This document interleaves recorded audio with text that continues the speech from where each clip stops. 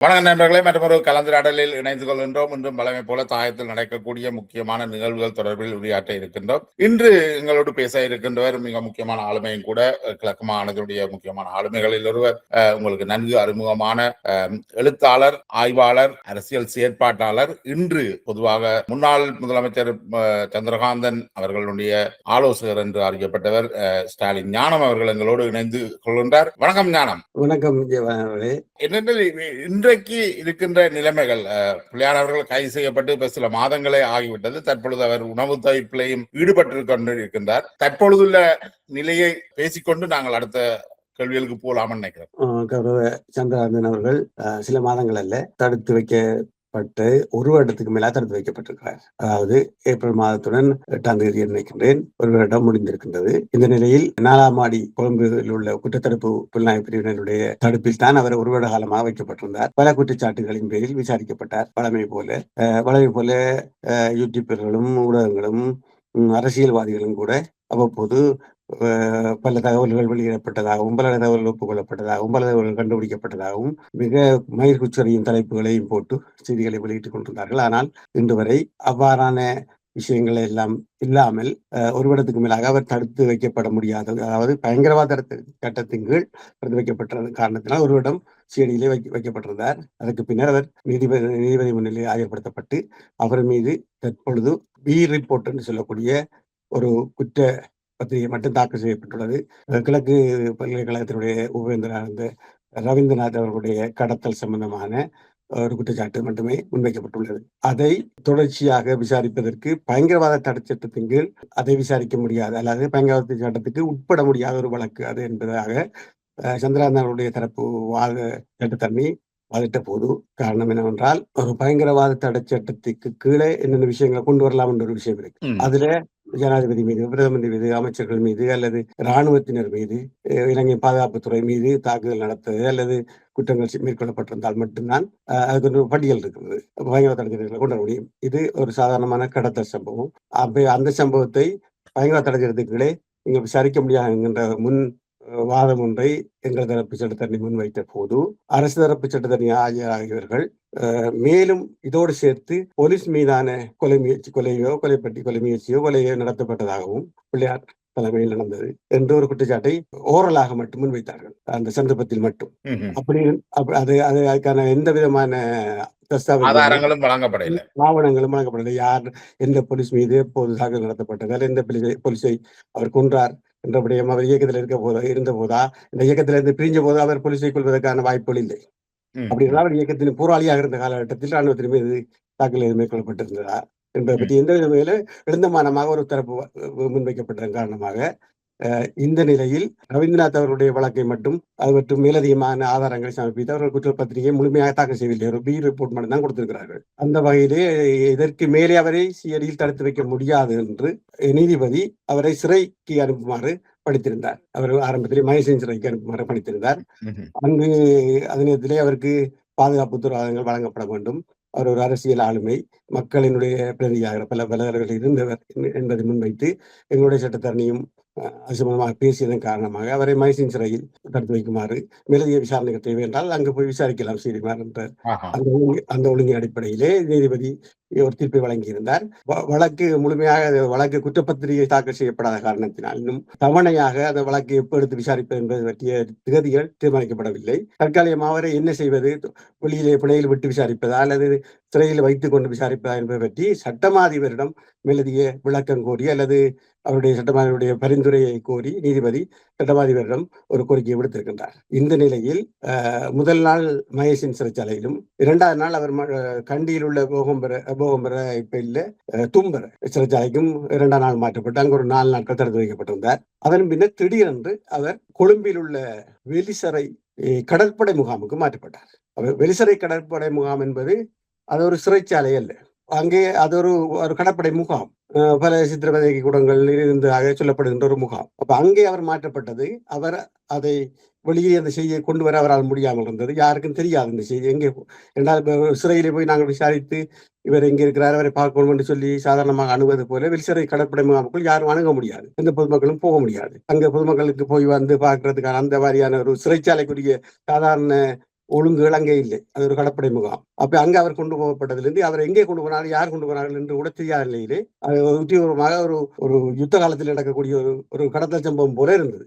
ஆகவே அவர் 4 நாட்களும் வெளிசரைக்கு மாற்றப்பட்ட அந்த 4 நாட்களிலும் அவரால் முடிந்த அவருடைய போர்க்குணத்தை வெளியிலே எப்படி கொண்டு வரணும், இந்த செய்தியை கொண்டு வரணும், அல்லது எப்படி இந்த விஷயத்தை பகிரங்கப்படுத்த வேண்டும், தன்னுடைய நிலையை பொதுமக்களுக்கு எப்படி பகிரங்கப்படுத்த வேண்டும் என்கின்ற தன்முனைப்பிலே அவர் உண்ணாவிரதத்தை மேற்கொண்டிருக்கிறார். 4 நாட்கள் அவர் உண்ணமாட்டேன், நான் இறந்தால் பரவாயில்லை, இப்படியான ஒரு இடத்திலே கொண்டு வந்திருக்க வேண்டிய அவசியம் இல்லை, இதை பொதுமக்களுக்கு வெளிப்படுத்த வேண்டும் என்கிற அடிப்படையிலே தான் இறக்கும் வரைக்கும் உண்ணாவிரதம் இருக்க போகிறேன் என்று அவர் 4 நாட்கள் சொல்லி 4 நாட்களும் உண்ணாவிரதம் இருந்திருக்கின்றார். அந்த செய்திகள் எல்லாம் பின்னர் தான் எங்களுக்கு தெரிய வந்தது. 4வது நாள் அவர் இனி மயக்க நிலைக்கு போய்விடுவார் அல்லது ஏதாவது நடந்துவிடக் கூடாது என்பதற்காக, நடந்துவிட்டால் தங்களுக்கு பாரிய பொறுப்பு ஏற்படும் என்பதற்காக கடற்படையினர் மீண்டும் அவரை வெளிக்கடை சிறைச்சாலையில் உள்ள வைத்தியசாலைக்கு அனுமதித்து அவருக்கு செலைன் போட்டுறதுக்கான முயற்சியில் எடுத்திருக்கிறார்கள். அவர் அதையும் தவிர்த்து அதற்கு எதிர்ப்பை தெரிவித்து 5வது நாள் உண்ணாவிரதம் மேற்கொண்ட நிலையிலே 6வது நாள் அவர் மயங்கி விடக்கூடிய ஒரு நிலை ஏற்பட்ட போதுதான் அவரை கடைசியாக சிறை அதிகாரிகள், உயர்மட்ட அதிகாரிகள் சிலர் போய் சந்தித்து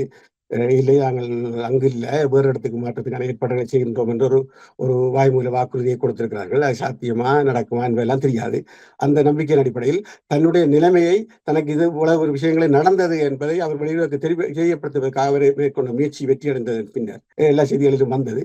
அப்போது கூட சிறைச்சாலை திணைக்களம் அல்ல சிறைச்சாலை ஊடக செய்தி பிரிவு ஊடகங்களுக்கு வழங்கிய செய்தி, அவர் மருத்துவமனையில் அனுபவிக்கப்பட்டிருக்கிறார், சுவீனம் காரணமாக என்றுதான் சொன்னார்களே தவிர அது பொய்யான செய்தியை சிறைச்சாலை திணைக்களம் வெளியிட்டிருக்கின்றது என்று சொன்னார்களே தவிர அவர் உண்ணாவிரதம் இருந்து இப்படி ஒரு விஷயத்துக்கு பிரச்சனையை கொண்டு வந்தார், அதனால் தான் அவர் மருத்துவமனைக்கு கொண்டு வந்தோம் என்பதை கொடுத்து அவர்கள் சொல்லவில்லை. அதை கடைசியாக முகநூல்களில் நாங்கள் எல்லாம் எழுத தொடங்கிய பின்னர் தான், உண்ணாவிரதம் இருந்தார் என்று எழுத தொடங்கிய பின்னர் தான் இந்த செய்தி வெளியே வந்திருக்கின்றது. இந்த நிலையில் அரசாங்கம் விசாரிப்பது, தடுத்து வைப்பது, சட்டத்திற்கு உட்பட ஒரு நடந்தக்கூடிய குற்றம் என்று சொல்லக்கூடிய ஒரு நீதியை தேடுவது என்பது கடமைப்பட்டுள்ளது. அதை செய்ய வேண்டும் அரசாங்கம், அதில் யாரும் மறுப்பதற்கு இல்லை. ஆனால் இவருக்கு அங்கு இவர் அந்த எதிர்ப்பை தெரிவித்த காரணம் என்னன்னா, அங்கு அவருக்கு எது நடந்தாலும் யாருக்கும் தெரியாது. அந்த கடற்படை முகாம் என்பது பிறகு நாங்கள் திருப்பி விசாரித்து பார்த்ததன் அடிப்படையில் தான் இந்த மாதம் தான் அந்த கடற்படை முகாம் சிறையாக மாற்றப்பட்டிருக்கின்றது. தற்பொழுது அது சிறைச்சாலை என்கின்ற ஒரு கேட்டகரிக்குள்ள கொண்டு வரப்பட்டிருக்கின்றது. காரணம் என்னவென்றால்,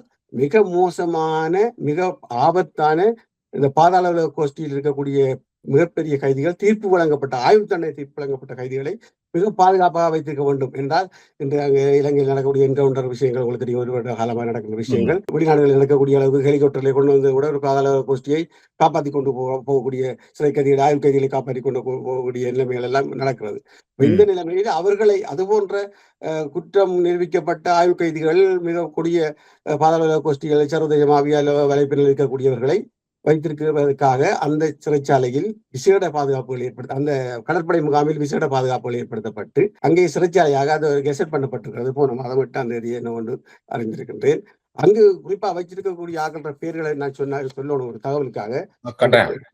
அங்கே 7 பேர் தான் அந்த சிறைச்சாலையில் வைக்கப்பட்டிருக்கிறாங்க. அந்த கடற்படை முகாம் சிறைச்சாலையாக மாற்றப்பட்டிருக்கக்கூடிய கடற்படை முகாமை தனித்தனி கூண்டுகளுக்குள் அடைக்கப்பட்டு வெலேசுதா, தெமட்டகுட சமீந்த, லொக்கு பெட்ரி, மிதிகம ரோவான், வக்போ சமன், ஆமி சம்பத் மற்றும் மன்னார் ரமேஷ், இந்த 7 பேர் எல்லாருமே கிட்டத்தட்ட போதைப் பொருள் கடத்தல்ல சர்வதேச குற்றவாளிகள், தீர்ப்பளிக்கப்பட்டவர்கள். அவர்களை பாதுகாப்பாக வைப்பதற்கு கடற்படை முகாமை சிறப்பு சிறைச்சாலையாக மாற்றி வைத்துக் கொள்வது என்பது அரசாங்கத்துடைய நடவடிக்கை. ஆனால் இங்கு ஒரு மக்கள் பிரதியாக இருந்தவரை, மக்களுடைய ஆணை பல முறை வழங்கப்பட்ட ஒரு தலைவரை ஒரு குற்றத்தின் கீழ் விசாரிப்பதற்கு எத்தனையோ சிறைச்சாலையில் இருக்கின்றது. அவர் அங்கிருந்த போதெல்லாம் அவரே உண்ணாவிரதம் இருக்கவில்லை, அல்ல தன்னை மருத்துவமனைக்கு கொண்டு போக அவர் சொகுசுக்காக தன்னுடைய சொகுசு வசதிகள் தேடி மற்ற அரசியல் தலைவர்களை போல உண்ணாவிரதம் இந்த மருத்துவமனைக்கு போவதற்காக நடிக்கவில்லை. அவர் தனக்கு இங்கே இந்த கடற்படை முகாமிலே அவருக்கு சாதாரண மனித உரிமைகள் அனைத்து மீறப்படக்கூடிய வாய்ப்புகள் உண்டு. எல்லா சிறைச்சாலையும் போய் அங்கே போய் யாரும் பார்க்க முடியாது, உணவு கொடுக்க முடியாது. கொடுக்கறான்னா எத்தனையோ செக்கிங் பாயிண்ட்களை தாண்டி அங்கே ஒரு பிஸ்கெட் கொண்டு போனா பவுடரா தான் போய் சேருதாங்க அவர்கிட்ட. ஆகவே அந்த அளவுல அவ்வளவு சோதனைகளையும் தாண்டி அங்கே போகின்ற போது அங்கே கிழமையில மற்ற சிறைச்சாலை மாதிரி அடிக்கடி போய் பார்க்கல, அதே கிழமையில ஒரு தரம் தான் போகலாம். இப்படியான நெருக்கடியான கட்டுப்பாடுகள் இருக்கின்றது. அந்த சிறைச்சாலை வைக்கப்பட்டிருக்கிற முறைமைகள் கூட அது ஒரு ஒரு மனித உரிமைகளுக்கு எதிரான ஒரு ஒரு ஒரு முறையிலே தான் அங்கே மற்றவர்கள் அடைக்கப்பட்டிருக்கிறார்கள். அதெல்லாம் வேறு விஷயம். ஆனால் இவருக்கு இப்படியாக இதை செய்ய வேண்டிய அவசியம் என்ன என்கின்ற கேள்விதான் இப்பொழுது எல்லா மக்கள் மனதிலும் மட்டக்களப்பிலும் உள்ள மக்கள் மனதிலும் அந்த சந்தேகமும் அந்த பரபரப்பும் ஏற்படுத்தப்பட்டிருக்கிறது. இவருக்கு என்ன அரசாங்கம் என்ன செய்கின்றது என்கின்ற கேள்வி எல்லோருக்கும் இருக்கின்றது. இந்த வெலிசர சிறையில கொண்டு அவரை வைக்க வேண்டிய அவசியம் என்ன? பாதுகாப்பு என்ற ஒரு காரணம் சொல்லப்படுகிறது. அவர் பாதுகாப்பாக இதுவரையில மற்ற சிறைகள் எல்லாம் பாதுகாப்பு இல்லையா என்ற கேள்வி இந்த இடத்தில் இருக்கு. என்றால் பாதாள உலக கோஷ்டிகளையும் ஆயுள் தண்டனை பெற்ற மிக மோசமான மாஃபியா தலைவர்களையும் வச்சிருக்கக்கூடிய இந்த சிறைக்கு அவர் அனுப்ப வேண்டிய அவசியம் இல்லை. ஏனென்றால் அந்த சிறையில் அது ஒரு தடுப்பு முகாம், அது ஒரு கடற்படை முகாம். அந்த கடற்படை முகாமுக்குள்ள சாதாரண சிறை கைதிகளுக்குரிய மனித உரிமைகள் நிறைய மூடப்படக்கூடிய சந்தர்ப்பங்கள் உண்டு. அப்போ சாதாரண சிறை ஒன்றில் வைக்கின்ற போது அங்கு அவருக்குரிய சாதாரணமான மனித உரிமைகள் பேணப்படுவதற்கான வாய்ப்பு உண்டு. எனவே அந்த சிறையிலிருந்து அவரை வெளியில், அதாவது தடுப்பும் கடற்படை முகாமில் இருக்கக்கூடிய அந்த சிறையில் வைக்காமல் அவரை விசாரிக்கும் வரைக்கும் அல்லது நீதிமன்றத்தினுடைய கட்டளை வரும் வரைக்கும் அல்லது அவருக்கு பிணை கிடைக்கும் வரைக்கும், அது வெளிக்கடையாக இருக்கலாம் அல்லது மீண்டும் கண்டில் இருக்கக்கூடிய தூம்பறையாக இருக்கலாம் அல்லது மட்டக்களப்பு சிறையாக இருக்கலாம். ஏதாவது ஒரு சிறைக்கு அவரை மாற்றுவது அரசாங்கத்துக்கு என்ன பிரச்சனை என்பதுதான் இப்போ இருக்கக்கூடிய கேள்வி. எனவே அங்கு கடற்படை முகாமுக்கு அவரை கொண்டு சென்றது என்பதை மக்கள் மிகவும் அச்சத்துடனும் பயத்துடனும் நோக்குகிறார்கள். இது கிழக்கு மாகாண மக்களுடைய ஒரு கோரிக்கையாக நான் இதை முன்வைக்கின்றேன். அவரை சாதாரண சிறை ஒன்றுக்கு மாற்றுமாறு அரசாங்கத்துக்கு ஒரு வினயமான வேண்டுகோளை நாங்கள் இங்கே முன்வைக்கின்றோம். தன்னுடைய விசாரணைகளுக்கு, அவர் மீதான விசாரணைகளுக்கு தொடர்ச்சியாக அரசாங்கமும் சட்டத்துறையும் தொடர்ச்சியாக அந்த விசாரணையை மேற்கொள்கின்ற பட்சத்திலே அவர் அதுவரைக்குமாக சாதாரண சிறை ஒன்றிலே அவரை தடுத்து வைப்பதற்கு அரசாங்கத்துக்குள்ள உரிமையை யாரும் மறக்கவில்லை.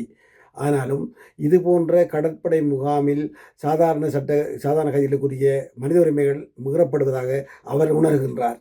இதற்கு ஆதரவாகத்தான் அவர் அந்த உணர்வுக்கும் அவர் அதற்கு எதிராக காட்டிய எதிர்ப்புக்கும், அந்த உண்ணாவிரத எதிர்ப்புக்கும் ஆதரவாக மட்டக்களப்பில் உள்ளூராட்சி மன்ற உறுப்பினர்கள் 35 பேரும் சில ஆதரவாளர்களும் இணைந்து ஒரு அகிம்சை போராட்டத்தை முன்னெடுத்திருக்கிறார்கள். அரசாங்கத்துக்கு அந்த செய்தியை சொல்லியிருக்கிறார்கள். இந்த செய்திகளை அரசாங்கம் கவனத்தில் எடுக்க வேண்டும் என்று தயவுடன் நானும் வேண்டிக் கொள்கின்றேன். விரிவான தகவலை தந்திருக்கிறீங்க. இதுல உண்டு பிள்ளையானவர்கள் இப்பொழுதும் பயங்கரவாத தடை சட்டத்தின் கீழ் தான் தடுத்து வைக்கப்பட்டிருக்கின்றார். அந்த ஒரு வருட காலத்துக்கு அந்த 3 மாதங்களுக்கு புதுப்பிக்கப்பட்டு வந்தது. இப்பொழுது மீண்டும் அதை புதுப்பிப்பதா இல்லையா என்பது என்கின்ற ஒரு ப்ரோசஸ் போய்கொண்டிருக்கின்றது. ஏனென்றால் அவர்கள் குறிப்பிடக்கூடிய வழக்கு ரவீந்திரநாத் அவர்களுக்கு மீதான கடத்தல் வழக்கு, அது கடத்தல் வழக்கு, கொலை வழக்கு என்றது வேற, கடத்தல் வழக்கு என்றது.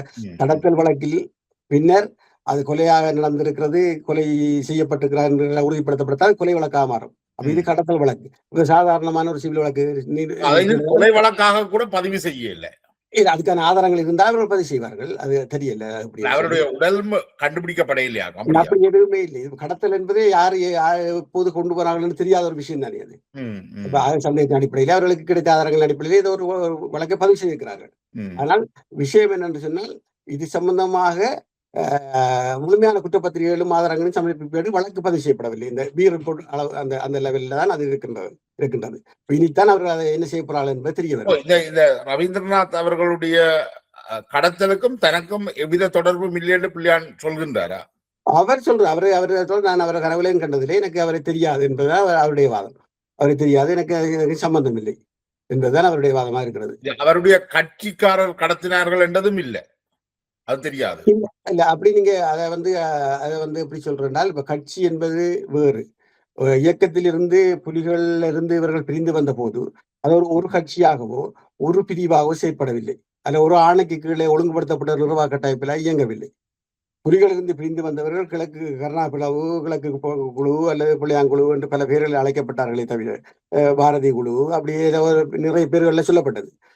எந்த நேரத்தில் சென்னன் படை, இப்படி எத்தனை படைகள், எத்தனை குரூப் எல்லாம் இருந்தது. அப்ப இந்த படைகளில் இருந்து ஒரு தரப்பினர் ஒழுங்குபடுத்தப்பட்ட கட்சியாக மாறியது என்பது 2008ஆம் ஆண்டு தான்.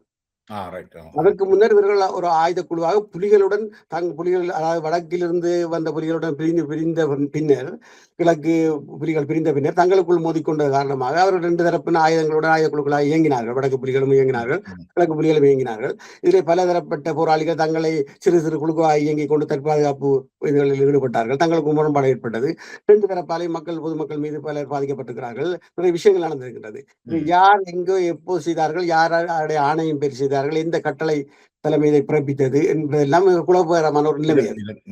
அப்ப கட்சிக்கும் அதுக்கும் சம்பந்தம் என்று தமிழ் மக்கள் விடுதலை புலிகள் கட்சியாக நாங்கள் கட்சியை பதிவு செய்தது இந்த மாதிரி இந்த கிழக்கு பிரிவிலிருந்து வெளியேறி ஆயுதங்களை கைவிட்டு விட்டு வாருங்கள் என்று சொல்லி அழைத்து ஆயிரக்கணக்கான தோழமைகளை இணைத்துத்தான் ஜனநாயக பதவிக்கு இந்த கட்சியை நாங்கள் 2008ஆம் ஆண்டு பதிவு செய்கின்றோம்.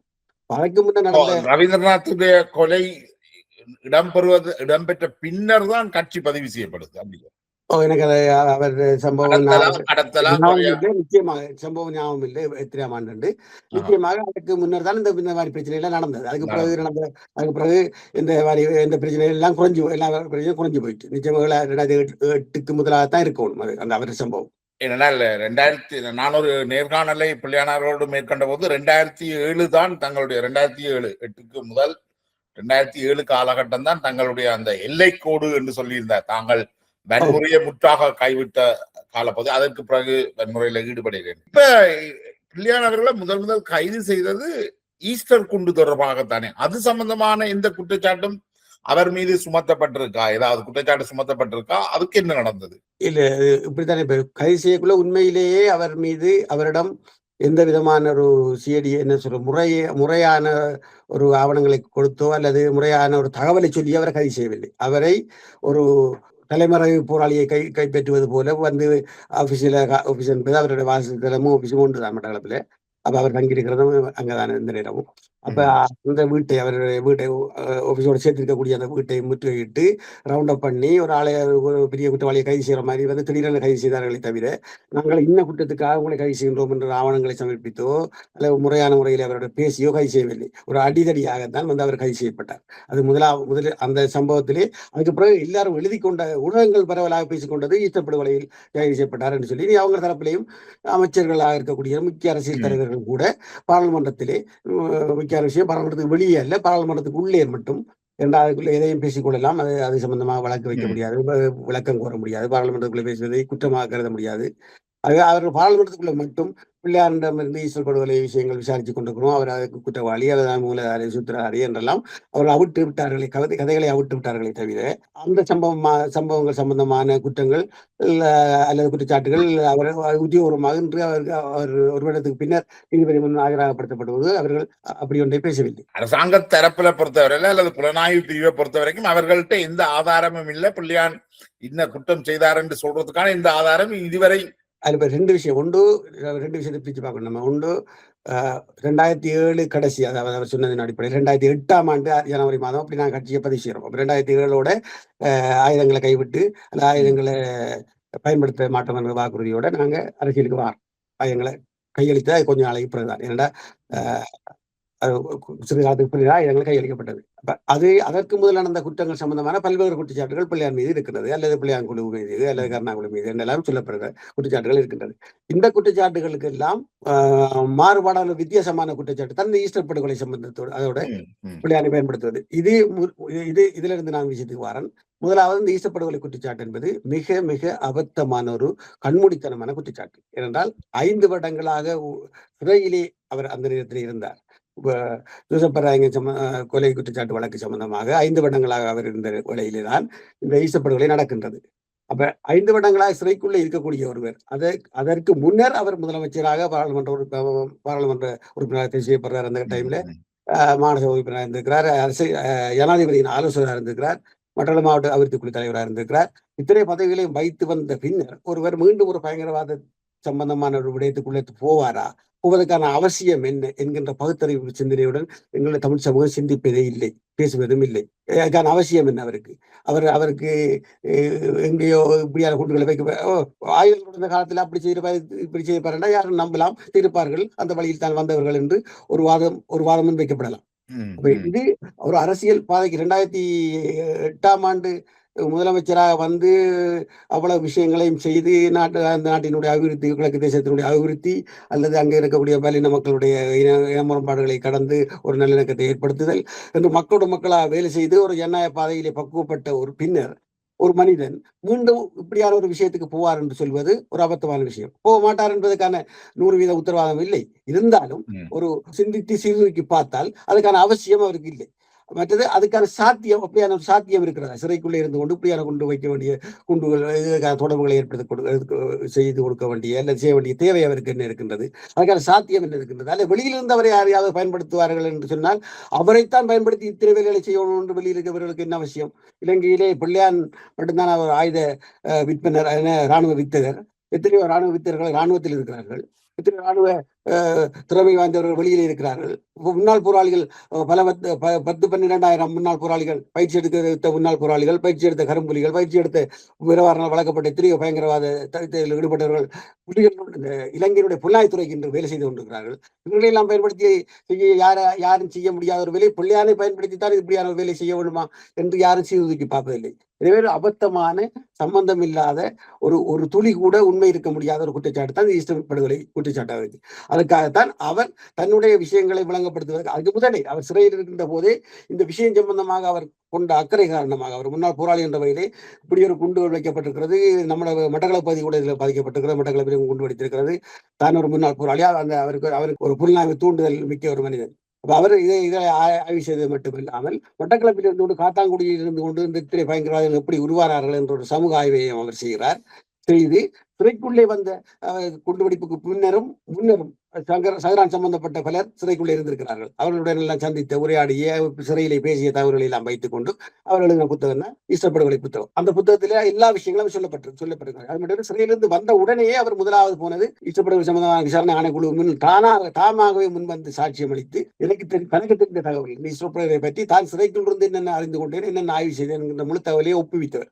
அதன் அடிப்படையில் அந்த விஷயத்தை தான் அவர் புத்தகமாக பின்னர் வெளியிடுறார். எந்த விதத்திலும் ஒரு அர்த்தமற்ற, ஒரு நியாயமற்ற, ஒரு கண்மூடித்தனமான ஒரு குற்றச்சாட்டு என்று நான் அழுத்தமாக சொல்ல முடியும். ஒரு ஈஸ்டர் படுகொலை தொடர்பில் பிள்ளையான் ஒரு கருப்பாடாக காண்றதுக்கு ஒரு காரணம், இந்த ஈஸ்டர் படுகொலையை முதல் வெளிப்படுத்தினது இந்திய அரசாங்கம். இந்திய உளவுத்துறை தான் இவர்களுக்கு எப்பொழுது குண்டு வெடிக்க போகுது, எங்க குண்டு வெடிக்க போகுது என்ற விஷயத்தை எல்லாம் சொல்லி இருந்தாங்க. சாரான் இந்தியாவிலையும் இருந்திருக்கிறார், தமிழ்நாட்டில். இந்தியாவினுடைய ஈடுபாட்டை மறைப்பதற்காக பிள்ளையான கொண்டே இதுல மாற்றுறார்களா? அப்படி ஒரு சந்தேகம் இருக்கலாம். ஏனென்றால் இந்தியாவினுடைய ஈடுபாட்டை காட்டுவதற்காக மட்டுமில்லை. இந்த குண்டுவெடிப்பு ஒரு சாதாரணமான ஒரு 2 பேர் 3 பேர் சேர்ந்து செய்கிற விஷயம் அல்ல. அனானப்பட்ட புலிகளாலேயே ஒரு 5 இடத்திலே ஒரே நேரத்தில் தற்கொலை கொண்டு தாக்குதல் நடத்திய வரலாறு இல்லை. ஆகவே இது சர்வதேச வலைப்பின்னர் கொண்ட சர்வதேச ரீதியான ஒரு பயங்கரவாத அமைப்பால் திட்டமிடப்பட்ட மிகப்பெரிய ஒரு பாரிய தாக்குதல் முயற்சிகள் இந்த குண்டுவெடிப்புகள். எனவே இதிலே பலர் சம்பந்தப்பட்டிருக்க முடியும். அது இந்தியா சம்பந்தப்பட்டிருக்க முடியும், இலங்கை அரசியல்வாதி சம்பந்தப்பட்டிருக்க முடியும், சர்வதேச IAS அதுக்கு உரிமை கோரி இருக்கிறது. சர்வதேச IAS பிரதியாக நாங்கள் சாக போறோம் என்று வீடியோ சவரான் குரூப் வெளியிட்ட வீடியோ ஆதாரம் இருக்கின்றது. IAS அவங்களுடைய அந்த மறந்து போயிட்டேன், அவங்களுடைய உத்தியோகபூர்வமான வானொலியில தாங்கள் கிளைம் பண்ணவர்கள், நாங்கள் நியூசிலாந்தில் நடந்த மீதான தாக்குதலுக்கு பதிலீடு செய்தவங்க. ஆகவே இது பல விஷயங்களுக்குள்ள ஆய்வு செய்யப்பட வேண்டிய விஷயம். ஆய்வு செய்து CIA ரிப்போர்ட், இந்தியாவுடைய ரிப்போர்ட், ஆஸ்திரேலியா புலனாய்வுத்துறை ரிப்போர்ட் எல்லாம் இலங்கை அரசுக்கு சமர்ப்பிக்கப்பட்டிருக்கிறது. அப்ப இந்த விஷயங்கள், இந்த இவ்வளவு தூரமான இவ்வளவு பெரிய பிரச்சனைகளை இந்த சர்வதேச புலனாய்வு முகவர்கள் எல்லாம் ஆய்வு செய்து அரசாங்கத்துக்கு கொடுத்த அதுவரையும் கொடுத்த ரிப்போர்ட்டின் அடிப்படையில தான் மைத்திரி குற்றவாளியாக காணப்பட்டார். அதாவது மைத்திரி தார்மீக பொறுப்பேற்க வேண்டும் ஜனாதிபதியாக இருந்தவர். இவர்களுடைய அசண்டை போக்கினால்தான் இது நடந்தது என்று சொல்லி மைத்திரிக்கு 25 கோடி ரூபாய் ஏதோ அரசாங்கம் நீதிமன்றம் தீர்ப்பு கூட தண்டப்படம் கூட தீர்ப்பளித்து இருக்கின்றது. இவ்வளவு முடியும் வரைக்கும் வராத ஒரு புது பெயர் பின்னர் தான் பிள்ளையாங்கிறவர் சம்பந்தப்பட்டார் என்று வர தொடங்குகிறார். ஆகவே இத்தனை பேருக்குள்ளேயும் இருக்கக்கூடிய நெட்வொர்க்கை மறைப்பதற்கு பிள்ளையாருங்கிற ஒரு ஆளை உசுப்பி விட்டால், அது அவருடைய பெயரை இல்லாமல் விளம்பரப்படுத்தி விட்டார். தமிழ் ஊடகங்களுக்கு எல்லாம் பிள்ளையான ஒரு ஊடகங்களுக்கு தீனி போடக்கூடிய ஒரு பெயராக இருப்பதனால, அரசியல் ரீதியான பல காரணங்களால டக்கன்று இந்த விஷயத்தை பிள்ளையாண்மை திருப்பி விட்டு இப்படியே இழுத்தடிச்சு கொண்டிருக்கலாமா என்று விசாரணைகள், அதுக்காக முயற்சிகளா என்ற பலத்த சந்தேகம் எங்களுக்கு உண்டு. ஆனால் இதை தனியே நான் இந்தியாவை காப்பாற்றுறது செய்யறாங்களா, வேற இலங்கையில் இருக்கக்கூடிய முக்கிய அரசியல்வாதிகளை காப்பாற்றுறது செய்யறாங்களா, அல்ல IAS காப்பாற்றுறது செய்யறாங்களா, அல்லது இந்த வகாபிச சிந்தனை முறையை எப்படி தமிழ் இலங்கை ஈழத்திலே காலூன்றியது, இவ்வளவு பயங்கரமான முறையிலே கொலைக்கு தயாராக காத்தாங்குடியில் இருந்த இளைஞர்கள் எப்படி தயாராகி வந்தார்கள் என்கின்ற இந்த முஸ்லிம்களுடைய தீவிரவாத போக்கை மறைப்பதற்காக அல்லது அவர்களை அதை கண்டுகொள்ளாமல் நாங்கள் அவர்களையும் சேர்த்து அணைத்துக் கொண்டு போவதற்காக செய்கிறார்களா என்பதெல்லாம் நமக்கு தெரியாது. ஆனால் யாரையோ காப்பாற்றுவதற்காக, எதையோ மறைப்பதற்காக பிள்ளையானை பலிக்கடவாக்குகிறார்கள். என்றால் பிள்ளையான் அரசியல் ரீதியாக பல எதிரிகளை ஒரே நேரத்தில் கொண்டிருக்கின்றார். அவருக்கு தமிழ் அரசியல்வாதிகளும் எதிரியாக இருக்கிறார்கள். காரணம் உங்களுக்கு தெரிஞ்சிருக்கும், சுருக்கமாக நான் சொல்ல வேண்டிய அவசியம் இல்லை. தமிழ் எதிரிவாதிகளுக்கு சவாலாக விடக்கூடிய ஒரு கீழ்மட்டத்தில் இருந்து உருவாகி வந்த ஒரு ஆளுமையாக பிள்ளையான் இருக்கிறார். அதே நேரத்தில் கிழக்கு பகுதியிலே ஒரு தனி தமிழ் கட்சியை உருவாக்கி ஒரு பலமான குரலாக இன்றைக்கு தமிழ் தேசியவாத கட்சிகள் எல்லாம் சீரழிந்து போகின்ற நிலைமையிலே முன்னாள் போராளியாக இருந்து வந்த ஒருவர் தனி ஒரு தமிழ் கட்சிக்கு தலைமை தாங்கி வருவது என்பது சிங்கள இனவாத அரசாங்கமோ அந்த தரப்பினரோ கூட ஏற்றுக்கொள்ள மாட்டார்கள். அப்படி ஒரு தலைவர் பலமாக உருவாகி வருவது கிழக்கு மாநிலம் ஒரு பல்லினமாக வாழக்கூடிய தேசம் என்கின்ற வகையில் அங்கே இருக்கக்கூடிய தமிழர்களின் குரலாக ஒரு பலமான சக்தி உருவாவதை சிங்கள அரசாங்கம் விரும்பாது. அதே நேரத்திலே பிள்ளையான் அதிகாரத்தில் இருந்தால் கிழக்கு மாகாணத்தில் இருக்கக்கூடிய அதுவரை காலமும் அதிகாரத்தில் முழுமையான பாத்திரத்தை வைத்து வந்த பல முஸ்லிம் அரசியல் தலைவர்களுக்கு பிள்ளையான் அந்த அரசியலிலே இந்த அதிகாரத்திலே பங்கெடுக்க முயல்கின்ற போது ஒரு அதிகார போட்டி முனைகின்றது. அப்படிப்பட்ட அரசியல் தலைவர்கள் இவரை பழிவாங்க முயற்சியில் ஈடுபடுகிறார்கள் என்று இவர் பலருக்கும் எதிராக ஒரே நேரத்தில் இருப்பதனால் அவர் இப்போ ஒரு ஒக்கட்டான நிலைமைக்குள்ளே மாட்டப்பட்டிருக்கிறார். ஈஸ்டர் படுகொலை நூல், பிள்ளையானால் எழுதப்பட்ட இந்த ஈஸ்டர் படுகொலை நூல், அது ஸ்டாலின் ஞானத்தினுடைய சிந்தனை என்று குற்றச்சாட்டுகள் இருக்கு. இந்த கேள்வியை நான் முதலும் உங்களுடைய ஒரு நேர்காணல்ல கேட்டிருக்கேன். அத மீண்டும் ஒரு தெளிவுபடுத்தலுக்காக இந்த நூல் எழுதினதுல உங்களுடைய பாத்திரம் என்ன? நான் அவருடைய முதலாவது நூல் வேட்கை நூல், அதை நாங்கள் தான் தொகுத்தோம். அது நாங்களாம் வெளியிட்டோம். அதாவது எக்ஸில் பதிப்பகத்தால நான் வெளியிட்டேன். அதுல கூட தொகுப்பாளராக கூட நான் அந்த வேலை செய்யல. ஏனென்றால் அவருடைய எழுத்தோட்டமும் அந்த அவருடைய அவ்வளவு நடையிலும் சுத்தமாக அவரால் மூலியமாக எழுதப்பட்டது. அதுல பார்த்தது ஒரு ப்ரூஃப் ஆகிற வேலையும் வேலையும் பப்ளிகேஷன் வேலையும் மட்டும் தான் நான் பார்த்தது. அந்த அளவுக்கு அந்த புத்தகத்தை அவரே மூலியமாக எழுதியிருந்தார். இந்த புத்தகத்தில் என்னுடைய பங்களிப்பு மிகவும் குறைவு. அதாவது இந்த புத்தகத்தை தொகுக்கிற வேலையை நான் செய்ய இல்லை. அது அவர் வேற யாரோ வச்சு அவர் தொகுத்திருக்கிறார். அதை வெளியிட்டதும் இலங்கை மண்டலத்தில் இருக்கக்கூடிய சந்திரோதயம் வேறொரு வெளியிட்டகம்.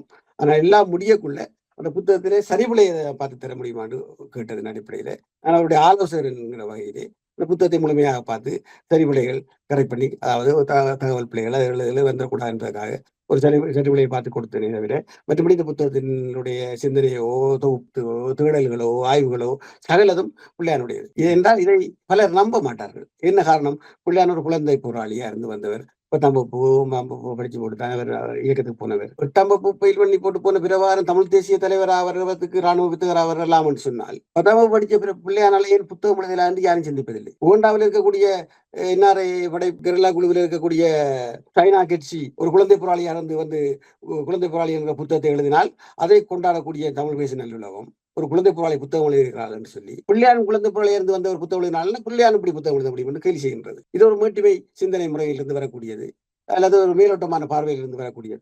பிள்ளையானாலையும் புத்தகம் எழுத முடியும் என்பதை அவர் நிரூபித்திருக்கின்றார். அவருடைய நெருக்கமாக பழகுவர்களுக்கு, அவருடைய மட்டக்களப்பில் இருக்கக்கூடிய அதிகமானவர்களுக்கு அவருடைய வாசிப்பு ஆழமும் அவருடைய தேடலின் ஆழமும் அவருடைய தன்னை வளர்த்துக் கொண்ட விதங்களும் பலருக்கும் தெரியும். அவருடைய பேசியவர்களுக்கு கூட அது புரியும். இதெல்லாம் இந்த மாதிரியான ஒரு நம்பத்தன்மை இல்லாத கதைகளை கதைப்பதும் பிள்ளையான் இந்த புத்தகம் அவர் எழுதவில்லை இவர் எழுதவில்லை என்று சொல்வதெல்லாம் பிள்ளையானை கேவலப்படுத்துவதில்லை, பிள்ளையானுடைய அரசியலை மூடிமறைப்பது, பிள்ளையான் சொல்ல வருகின்ற விடயங்களை மூடிமறைப்பது. யோசிச்சு பாருங்கள், இந்த புத்தகத்தை வேட்கை என்ற புத்தகத்தை வெளியிட வந்தபோது பிரான்சிலே அடிதடி ஒரு புலி சார்பு குழு கொண்டு வந்து சண்டையில் ஈடுபட்டு புத்தகங்களை எல்லாம் பறித்து எரித்து கொண்டாடினார்கள். அந்த கூட்டத்தை நடத்தவிட முடியாமல். அதுக்கு பிறகு கனடாவில் இருக்கக்கூடிய சில நண்பர்கள் இந்த புத்தகத்தை நாங்கள் இப்படி வெளியிடுகிறோம் என்று சொல்லி அவர்கள் இப்படி ஒரு நடந்ததால நாங்கள் வெளியிடுறோம் ஒரு குழுவினர் இலக்கியப்பட்டத்தினர் புத்தகத்தை வெளியிட்டார்கள். ஆனால் அதே போல இத்தனை பேருக்கு அந்த ஊக்கம் வந்து அந்த புத்தகம் யாராக இருந்தாலும் ஒரு புத்தகத்தை எழுதியிருக்கிறார், இதை வெளியிட வேண்டும் என்று எத்தனை பேருக்கு அந்த புத்தகத்தில் இருக்கக்கூடிய விஷயங்களை பற்றி விமர்சனம் பண்ணார்கள்? இல்லை, இருட்டடிப்பு செய்வது. அந்த அவர் பேசுகின்ற அரசியலை இருட்டடிப்பு செய்வதற்காகத்தான் அதெல்லாம் ஒரு புத்தகம் இல்லை, இதெல்லாம் பிள்ளையாளர் புத்தகம் எழுத என்று தூக்கி கடந்து கொண்டு செல்கிறார்கள். ஆனால் அவர் பேசுகின்ற அரசியல் முக்கியமானது. அந்த மாற்றுக்கருத்தை ஏற்றுக்கொள்ள முடியாத மனநிலைத்தான் தமிழ் சமூகம் என்றும் இருக்கிறது என்பதன் வெளிப்பாடுதான் இந்த சந்தேகங்கள் எல்லாம். ஆனா நீங்கள் நீண்ட காலமாக தமிழ் முஸ்லீம் உறவை கட்டியலுக்கு ஒண்ணும் அந்த அடிப்படையில நீண்ட காலம் பயணித்திருக்கிறீங்க. உங்களோட முஸ்லீம்கள் பிரதிநிதிகளோட நீங்கள் இணைந்து வேலை செய்திருக்கிறீர்கள். ஆனால் இந்த நூல் கிட்டத்தட்ட ஒரு முஸ்லீம் எதிர்ப்பு வெளிப்படுத்துறத நூலாக பரவலாக பார்க்கப்பட்டிருக்கலாம். இல்ல அந்த குற்றச்சாட்டு உடனடியாக எழுந்தது. புத்தகம் வந்து வாசிக்க முதலேயே புரொஃபசர் நம்ம நிர்மலாவோட தங்கச்சி, பேர் வருது இல்லை எனக்கு, கொழும்புல இருக்கக்கூடிய நிர்மலாவுடைய சொந்த தங்கச்சி, அவங்க உடனடியாக இந்த புத்தகம் முஸ்லீம் எதிர்ப்பு புத்தகம் வந்து முதலாவது பதிவு செய்தாங்க.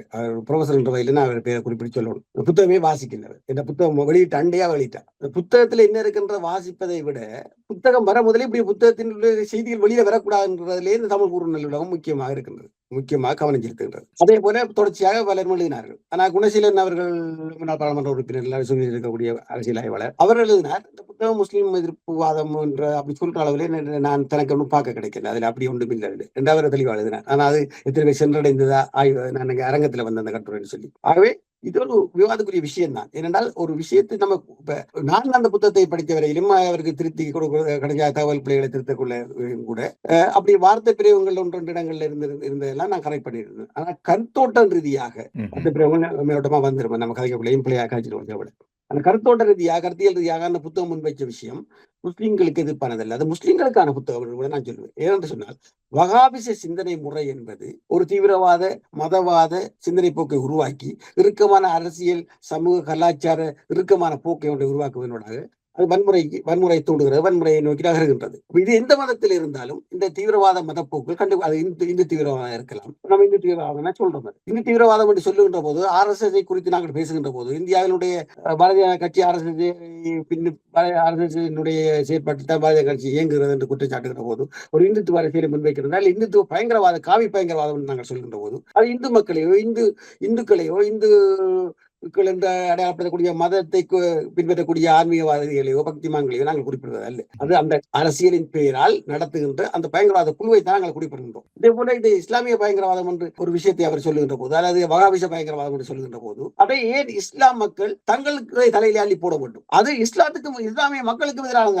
அவங்களும் அதை எதிர்க்கிறார்கள். எத்தனையோ பேர் இருக்கிறாங்க. எத்தனையோ இஸ்லாம் இந்து பயங்கரவாதத்தையும் இந்து மதத்தையும் பிரிச்சு பார்க்கக்கூடிய ஆட்கள் நாங்கள் ஆயிரக்கணக்கான நாங்கள் இருக்கிறோம் தானே. அதே போல இந்து பயங்கரவாதி என்று பேசுகின்ற போது எல்லா இந்து மக்களையும் அது நோக்கடிப்பதல்ல. அந்த இந்து மக்களின் பெயரால் இந்த பயங்கரவாதம் நடத்தப்படுகிறது என்று முதலாவது அவர்களை காப்பாற்றுவதற்காக பேசுகின்ற விடயம் தான் இது. அவை எந்த மதத்தின் பெயரால் பயங்கரவாதம் உருவாகினாலும் அது முதலில் தன்னுடைய சொந்த மக்களை தான் பழி வாங்குகிறது. அதற்கு பிறகு அடுத்த மதத்தை நோக்கி நகர்கின்றது.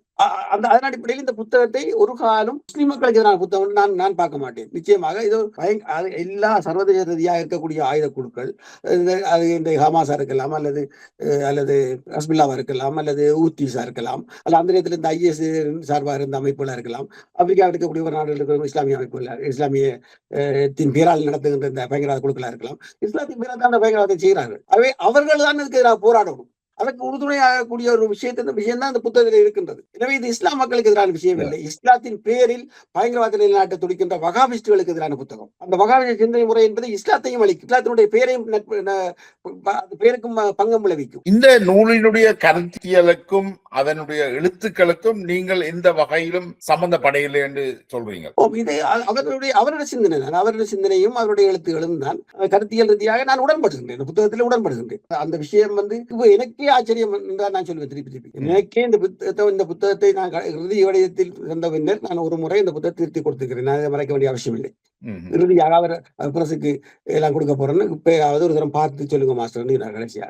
அப்ப நான் அதை கரெக்ட் பண்ணி ஒரே அட்டை கொடுத்து செய்வா, நான் ஒரே அட்டை கொடுக்கணும், நீங்களே செய்தாங்க, எனக்கு நீங்க செய்தா போதும். அப்ப நான் எல்லாம் கரெக்ட் பண்ண முழுதும் சொல்லாடல் சார்ந்து இஸ்லாமிய மக்களுக்கு எதிராக ஏதாவது ஒரு பிள்ளையார சொல்லாடல் தெரியாமல் எழுதப்பட்டிருக்க கூடாது என்பதில் மிக கவனமாக அதை திருத்தி கொடுத்திருக்கின்றேன். இரண்டாவதாக அந்த புத்தகத்தில் இருக்கக்கூடிய எந்த கருத்தை நான் திருத்தவில்லை.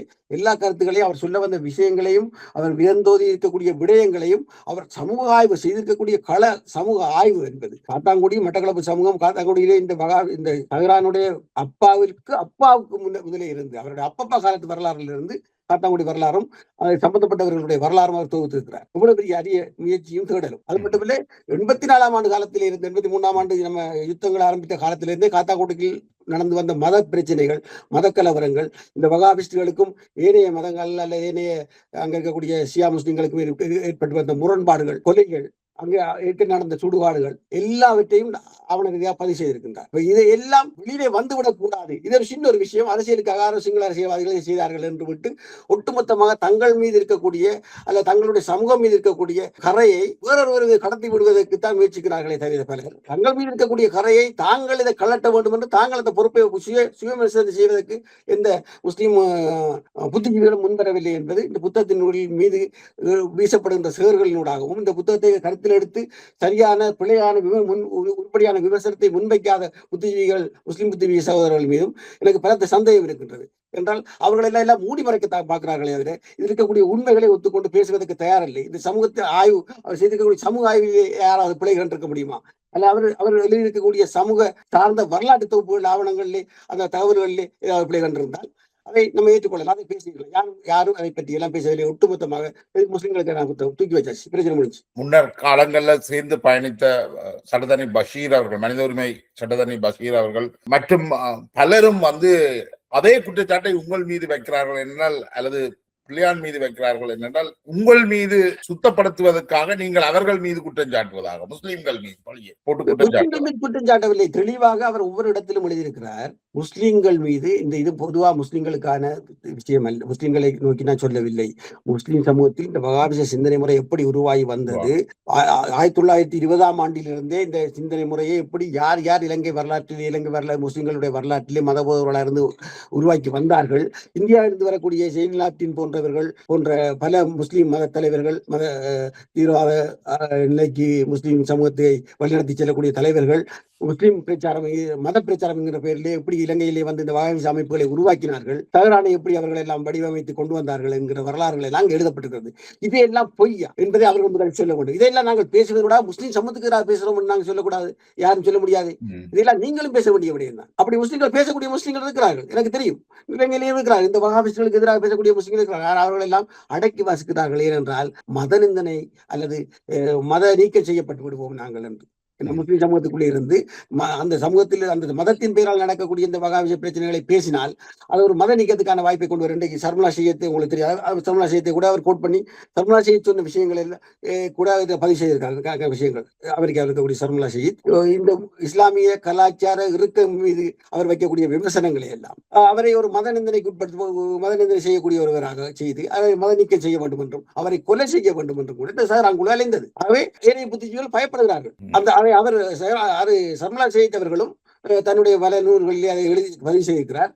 அவரை கொலை செய்ய இப்படி இது ஃபெயிலியராக போனது என்பதை கூட அவருக்கு தெரியாது. அதை இலங்கை புலனாய்வுத்துறை கண்டுபிடித்த பின்னர் தான் பிடித்து அவரை விசாரித்த பின்னர் அவருக்கு தெரியும், ஓஹோ இப்படி சம்பவம் நடந்ததானோ அன்று இதான் நடந்தது என்று அவரே ஆச்சரியப்பட்டிருக்கின்றார். அப்ப அந்த விஷயங்களை எல்லாம் இவர் இதிலே பதிவு செய்கிறார். இப்படித்தான் இந்த சாராங்குழு வளர்ந்து வந்தது என்று. இப்படி இதுகளை பேசுகிற ஒரு புத்தகத்தை எப்படி முஸ்லீம் எதிர்ப்பட்டு தெரியல நாம் சொல்லிவிட்டு போக முடியும்? எந்தெந்த இடத்திலே எப்படி முஸ்லிம்கள் மீது இதை குற்றம் சாட்டுகிறார் அல்லது ஒட்டுமொத்தமாக அல்லது பொதுப்படையாக முஸ்லிம்களை குற்றம் சொல்கிறார் பிள்ளையார் என்பதை யாராவது சுட்டிக்காட்ட வேண்டும். நினைக்கிற ஒரு நீண்ட உரையாடல் மிக வெளிப்படையாகவும் மிக உண்மையாகவும் உங்களோட கருத்துக்களை நீங்கள் பதிவு செய்திருக்கிறீர்கள். உங்களோட நீண்ட நேரத்தையும் ஒதுக்கி எங்களோட இந்த கருத்துக்களை பகிர்ந்து கொண்டமைக்கு மிக்க நன்றி ஞானம். இது தொடர்பாக பல விமர்சனங்கள் கேள்விகள் வரும் பட்சத்தில் மீண்டும் ஒரு முறை சந்திக்கிறதுக்கு நிச்சயமாக சந்தித்து உரையாடிக் கொள்வோம். ஓகே, உங்களுக்கு நன்றிகள். எங்களுடைய குரல்கள் நசிக்கப்பட்டு அரசியல் ரீதியாக சீரழிப்புகளும் குற்றச்சாட்டுகளும் பல்லாயிரக்கணக்கில் அள்ளி வீசப்படுகின்ற இந்த வேளையில் எங்களுடைய விளக்கங்களையும் பொதுமக்களுக்கும் உங்களுடைய நேயர்களுக்கும் கொண்டு வருவதற்காக நீங்கள் எடுத்த முயற்சிக்கு நன்றியும் வணக்கங்களும். நன்றி. நன்றி.